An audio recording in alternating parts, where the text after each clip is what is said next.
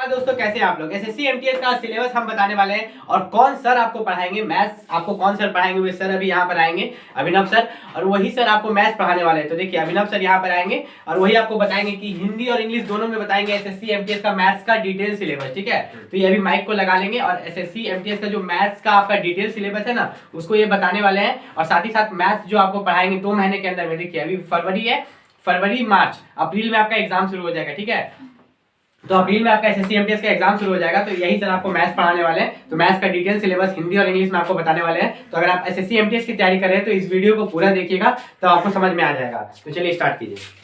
तो आज से हम लोग मैथ स्टार्ट करने वाले हैं। मैथ के बारे में जानेंगे कि हम लोग मैथ में क्या हम लोग को पढ़ना है एसएससी एमटीएस में, कि मैथ में एक्चुअली हम होता कितने लेसन है, कितने सारे लेसन होते हैं। जैसे कि आप लोग देख सकते हैं कि इतना सारा सब लेसन का नाम है, ये सारे सब इतने लेसन के नाम है। तो हम लोग सारे लेसन के बारे में पढ़ेंगे कि लेसन एक्चुअली होता है क्या। सिर्फ आज हम लोग बेसिक जानकारी प्राप्त करेंगे कि एक्चुअली होता है कितना मैथ में लेसन्स होते हैं, जिसको कि हम लोग इंग्लिश और हिंदी दोनों में जानेंगे। इंग्लिश लैंग्वेज में हम लोग पढ़ने वाले हैं, इंग्लिश भी होगा और हिंदी में होगा। तो सबसे पहले हम लोग देख लेते हैं ये एसएससी एमटीएस का मैथ का सिलेबस जो है और ये एसएससी जीडी के लिए भी हो सकता है, क्योंकि जीडी में भी मैथ का कुछ इसी टाइप का क्वेश्चन आते हैं। जितने भी टेंथ लेवल एग्जाम होते हैं उसमें इसी टाइप के मैथ के क्वेश्चन होते हैं। तो आज हम लोग बात करने वाले हैं मैथ के क्वेश्चन के बारे में। सिर्फ मैथ का क्वेश्चन रहेगा, मतलब मैथ में क्या क्या लेसन से क्वेश्चन आते हैं। एक्चुअली इन सारे लेसन से क्वेश्चन आते हैं, जो कि हम लोग का एमटीएस में 20 नंबर का मैथ का क्वेश्चन आने वाला है। तो सबसे पहला जो हम लोग का रहेगा वो इंटीजर से क्वेश्चन आने वाला है। इंटीजर से क्वेश्चन आएगा। नॉर्मली बेसिक जानकारी जितना होता है नंबर का, उसके बारे में हम लोग देखेंगे कि बच्चे को एक्चुअली नंबर के बारे में कितना जानकारी है। जैसे इंटीजर हो गया, होल नंबर हो गया, एलसीएम एचसीएफ हम लोग जो कि क्लास 4-5 में पढ़े हुए रहते हैं। 9-10 में हर क्लास में एलसीएम और एचसीएफ को हम लोग पढ़े हुए रहते हैं। तो उस सब से क्वेश्चन आता है, लेकिन थोड़ा हार्ड लेवल का क्वेश्चन आता है। जैसे कि बड़े बड़े नंबर सब आएंगे, आपको दे दिया रहेगा कि कोई 2 नंबर है और उसका एचसीएफ है 23 और उसका आपको एलसीएम कोई 2 नंबर है, उसका एलसीएम ये है और एचसीएफ है 6, ऐसा कुछ करके है। तो आपको बताना है कि ये नंबर ए क्या होगा और बी नंबर क्या होगा। मतलब एलसीएम और एचसीएफ दे दिया रहेगा और आपको नंबर बताना है। इसमें कि और भी तरह से बहुत सारे क्वेश्चन आते हैं, मतलब सिंपल एचसीएफ और एलसीएम लैंग्वेज नहीं रहता है।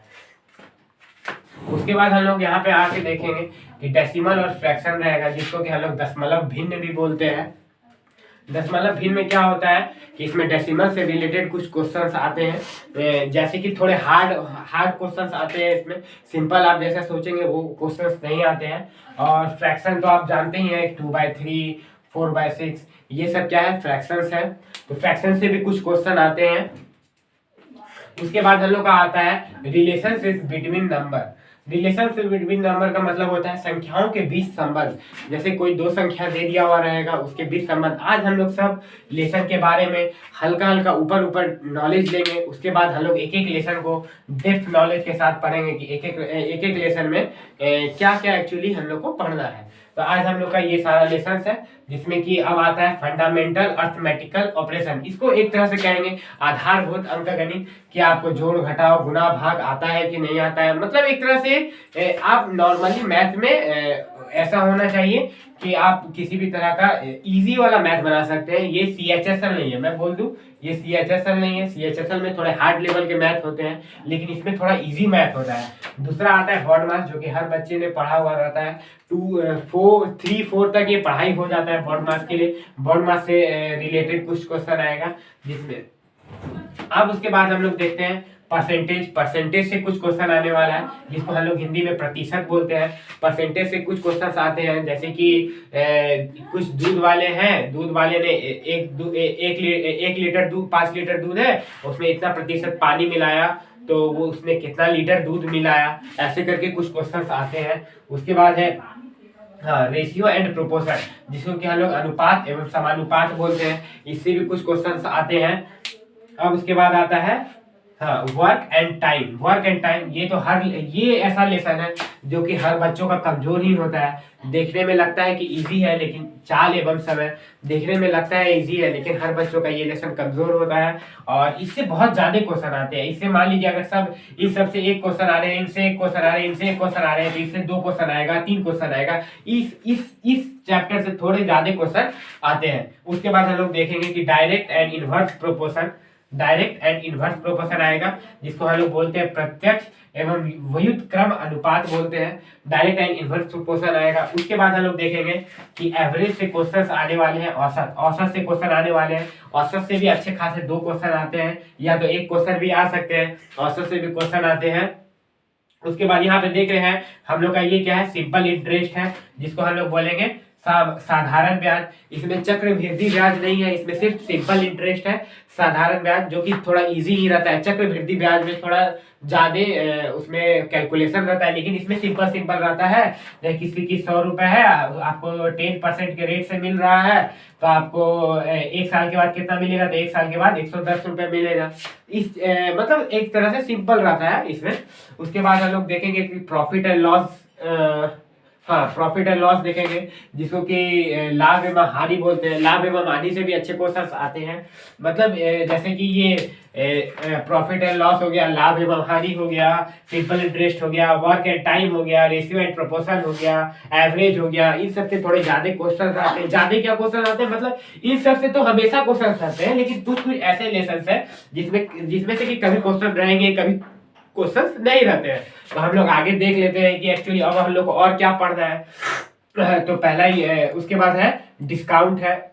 डिस्काउंट पढ़ेंगे। डिस्काउंट में क्या है, प्रॉफिट एंड लॉस में ही आता है डिस्काउंट।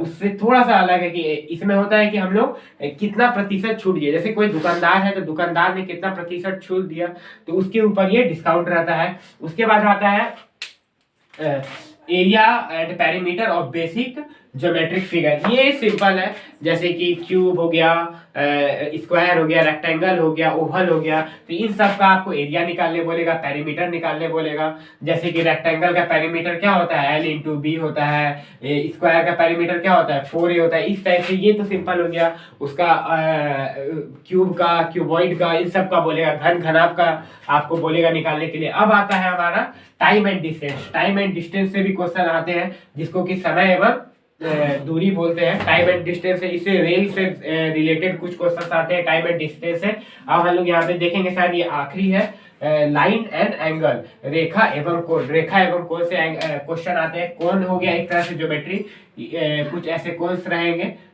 उसके बाद आपको इसमें एंगल सब निकालना रहता है। कोण से भी क्वेश्चन आते हैं।